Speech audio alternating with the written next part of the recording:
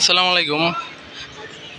আজকে রোজ শনিবার বরিশাল ঘাটে উপস্থিত আছেন 3টি নৌযান। প্রথমে আছে প্রিন্স আওলাদ 10, এরপরে রয়েছে পারাবাদ 12, তারপরে আছে এম খান 7।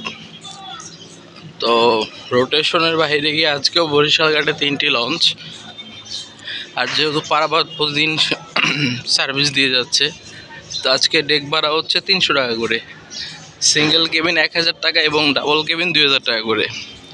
আর যেহেতু এমখানে সোফা রয়েছে, সোফার ভাড়া 600 টাকা করে।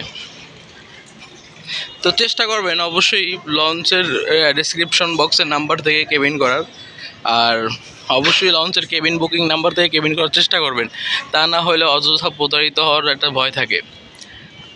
আরেকটি কথা সবসময় বলি যে কারো মাধ্যমে কেবিন করবেন না, এতে প্রতারিত হয়ে একটি দুর্ভিক্ষের ভিতরে পড়ে যাবেন। আরেকটি কথা বলে রাখি, আজকে ফার্স্ট ট্রিপে যাবে প্রিন্স আওলাদ 10, সেকেন্ড ট্রিপে যাবে পারাবাদ 12 এবং রাত 9:30টায় শেষ ট্রিপে যাবে এম খান 7। এই 3টি লঞ্চ আজকে বরিশাল থেকে ঢাকা যাবে।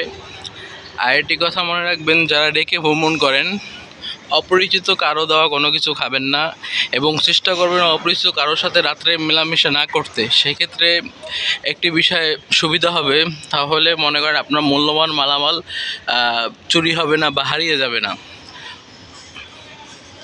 তো এই ছিল আজকে বরিশাল ঘাটের আপডেট। বরিশাল থেকে আজকে ফার্স্ট ট্রিপে ছেড়ে যাবে প্রিন্স আওলাদ 10, আর সেকেন্ড ট্রিপে ছেড়ে যাবে পারাবাদ 12 এবং থার্ড ট্রিপে ছেড়ে যাবে এম খান 7।